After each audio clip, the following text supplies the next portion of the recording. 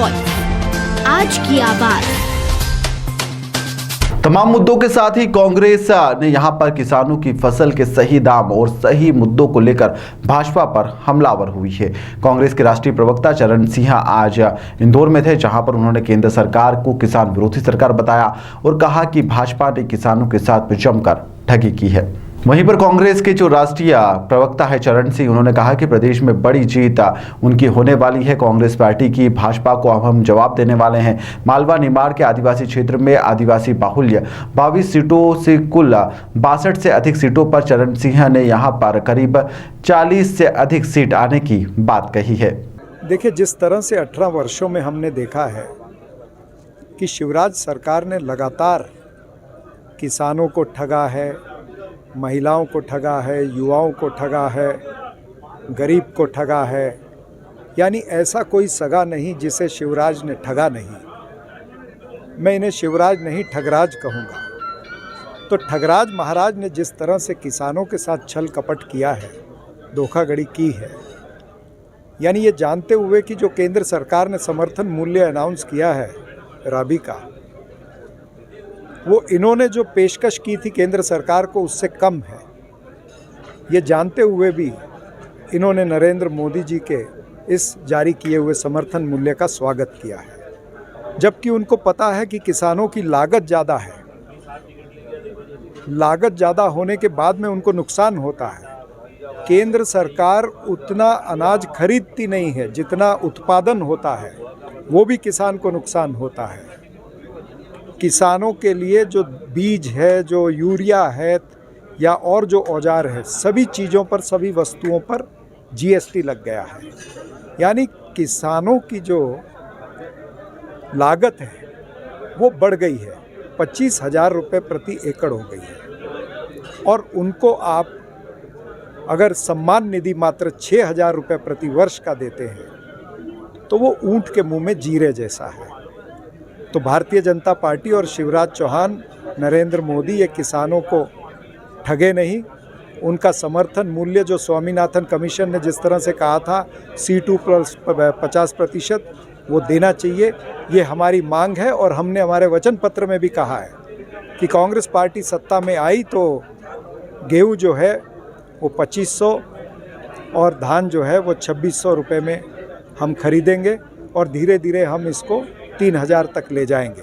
यानी 3,000 तक ले जाएंगे तो हम स्वामीनाथन रिपोर्ट में जो C2 प्लस 50% है, वो आज भी अगर आप 2,500 और 2600 को कैलकुलेट करें तो वो स्वामीनाथन के दिए हुए फॉर्मूले से ज़्यादा है। मुझे लगता है कि जिस तरह से 18 वर्षों में आदिवासी उत्पीड़न हुआ है, जिस तरह से उनकी ज़मीनें इस सरकार ने लूटी हैं, पट्टे उनके रद्द कर दिए गए हैं, या और तरह का उत्पीड़न हुआ, जिस तरह से सारे देश ने देखा कि एक आदिवासी पर भाजपा का नेता पुत्र पेशाब करता है, इस तरह के दृश्य भी देखे हैं। तो आदिवासियों ने ये ठाना है कि बीजेपी को निपटाना है। अब आदिवासी ये भी देखेंगे कि बीजेपी को कौन सी पार्टी निपटा सकती है। जब उन्हें पता है कि कांग्रेस पार्टी बड़ी पार्टी है, ये बीजेपी को निपटा सकती है, तो निश्चित रूप से वो छोटी पार्टियों की तरफ नहीं जाएंगे।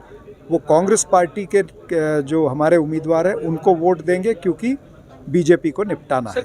मुझे लगता है कि हम 40 के करीब मालवा निमाड़ में सीटें जीतेंगे। भावांतर योजना में ताला लगा दिया है। साल 2023 और 24 के बजट में भावांतर योजना में मात्र 1,000 रुपए का प्रावधान है, 1,000 रुपए का। वहीं साल 2021 और 22 में और साल 2022 और 23 में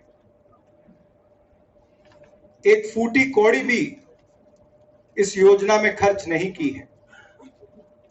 आपको याद दिलाना चाहूंगा कि आदरणीय कमलनाथ जी की जो 15 महीने की सरकार थी 2019-20 में, इस योजना में हमारी सरकार ने 422.84 करोड़ रुपए खर्च किए थे और किसानों को लाभ दिया था। भाजपा सरकार ने किसान कल्याण विभाग और किसान कल्याण विभाग को किसान दूरदर्शा विभाग बना दिया है। शिवराज सरकार ने पिछले 6 महीने में अर्थात अप्रैल से सितंबर 2023 तक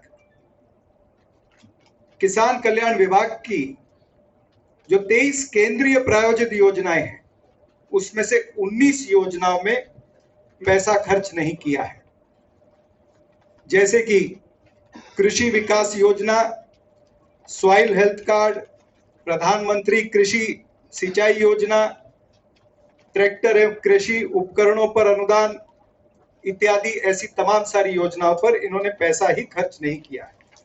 और आज ऐसी परिस्थिति है कि मध्य प्रदेश के किसान की आय एक मजदूर की दिहाड़ी से भी कम है।